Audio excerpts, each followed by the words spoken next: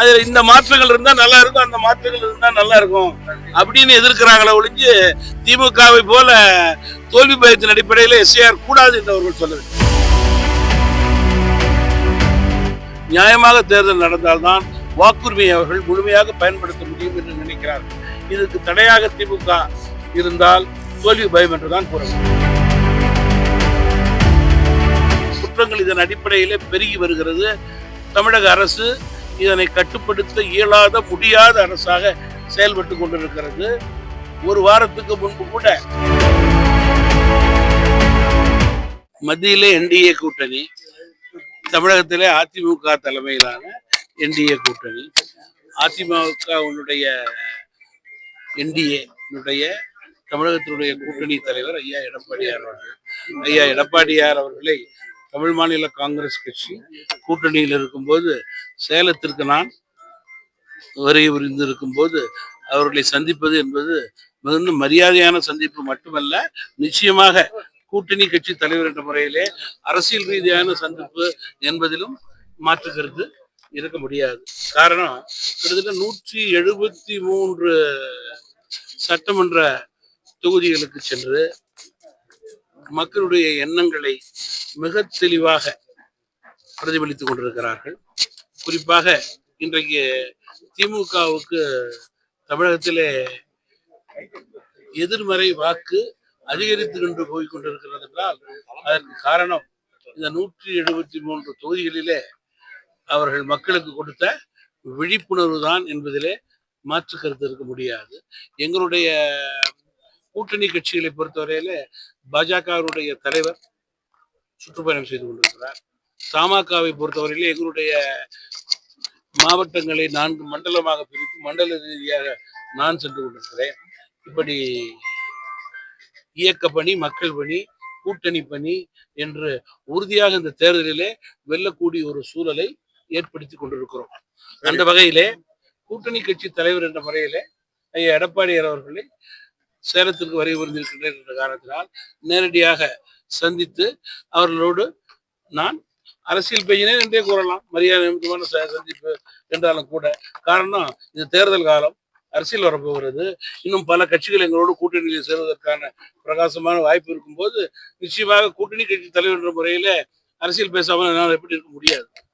இப்ப தொகுதி பங்கீடு, அதாவது திமுக கூட்டணி விருப்பப்படுற தொகுதி அதான் தம்பி சொல்றேன். எங்களது கூட்டணியை பொறுத்தவரையில வெற்றி வாய்ப்பு இந்த கூட்டணிக்கு பிரகாசமாக இருக்கிறது. மீண்டும் கூறுகிறேன், தமிழகத்தினுடைய முதல் பெரிய கட்சி அதிமுக, மத்தியில பெரிய கட்சி பாஜக. இந்த 2 கட்சிகள் மீது தமிழக மக்கள் நம்பிக்கை வைத்திருக்கிறார்கள். மத்திய அரசோடு இணக்கமான ஒரு சூழல் தமிழகத்திலே அதிமுகவுக்கு இருக்கும்போது ஒத்த கருத்துடைய கட்சிகள், மத்திய மாநில அரசுடைய இணக்கமான கட்சிகள் வெற்றி பெறுவதற்கான சூழல் மேலும் மேலும் பீகார் தேர்தலுக்கு பிறகு பிரகாசமாக அமைந்திருக்கிறது.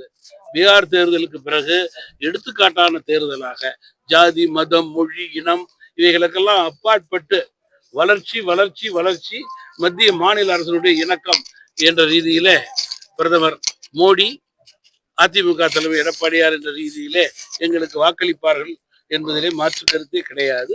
இன்னும் பல கட்சிகள் எங்களோடு கூட்டணி சேருவதற்கான காலம் நேரம் இருக்கிறது. பொறுத்திருந்து பாருங்கள். இன்னும் காலம் நேரம் இருக்கிறது. இன்னும் கூட்டணிகள் எங்களோடு வந்து சேரக்கூடிய வாய்ப்பு நிறைய இருக்கிறது. வெற்றி வாய்ப்பு எங்களுக்கு பிரகாசமாக இருக்கிறது. அந்த நிலையை நாங்கள் தொடர்ந்து வலியுறுத்திருக்கீங்களா? எது அவசியமோ தேவையோ அதை மட்டும்தான் தமாக பேசும். கூட்டணிக்கு வரக்கூடிய கட்சிகள் எல்லாம் தொடர்ந்து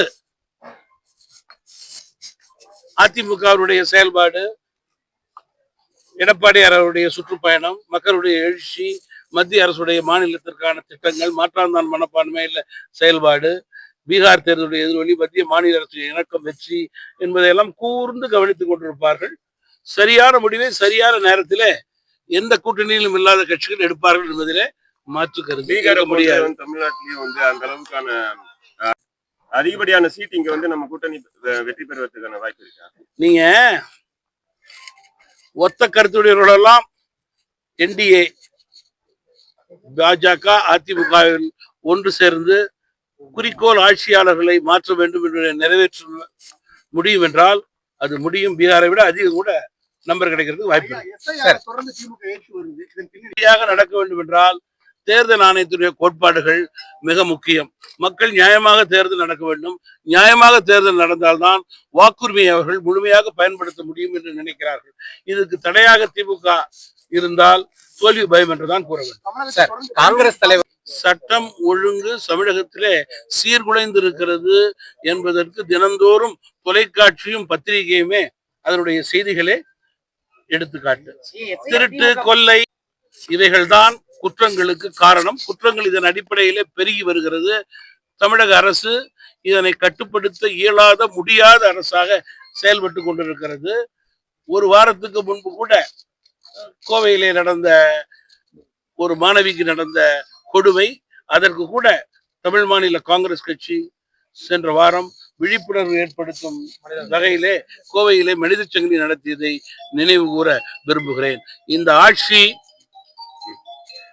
முடிவுக்கு வரும் என்றால் அது மகளிரால், பெண்களால், மாணவிகளால் முடிவுக்கு வரும். தமிழக வெற்றி கழகமும் அதிகாரப்பூர்வமான பிரதிநிதியே நேற்று தொலைக்காட்சியிலே பேட்டி கொடுத்திருக்கிறார். அதை நீங்கள் உறுதிப்படுத்திக் கொண்டால் போதும். நான் அதிகாரப்பூர்வமான பிரதிநிதி அல்ல அந்த கட்சி. அவர் சொன்னதை உறுதிப்படுத்திக் கொண்டால் போதும். நான் எந்த விதத்திலும் அந்த கட்சிக்கு அதிகாரப்பூர்வமான பிரதிநிதி அல்ல. திமுக போலவே தமிழக வெற்றி அதுல இந்த மாற்றங்கள் இருந்தா நல்லா இருக்கும், அந்த மாற்றங்கள் இருந்தா நல்லா இருக்கும் அப்படின்னு எதிர்க்கிறாங்களே ஒழிஞ்சு திமுகவை போல தோல்வி பயத்தின் அடிப்படையில எஸ்ஐஆர் கூடாது என்று அவர்கள் சொல்லவில்லை. அதுதான் அதுல உள்ள திருத்தம், மாற்றம். ரைட். செய்திகளை உடனுக்குடன் தெரிந்து கொள்ள கீழ்கண்ட கேபிள் மற்றும் டிடிஎச் நெட்வொர்க்குகளில் எம்நாடு செய்தி தொலைக்காட்சியை காணுங்கள். பாதகம் செய்பவரை கண்டால் நாம் பயம் கொள்ளலாகாது பாப்பா. மோதி மிதித்து விடு பாப்பா, அவர் முகத்தில் உமிழ்ந்து விடு பாப்பா. அண்மை செய்திகளை உடனுக்குடன் தெரிந்து கொள்ள இணைந்திருங்கள் எம்நாடு தொலைக்காட்சியுடன்.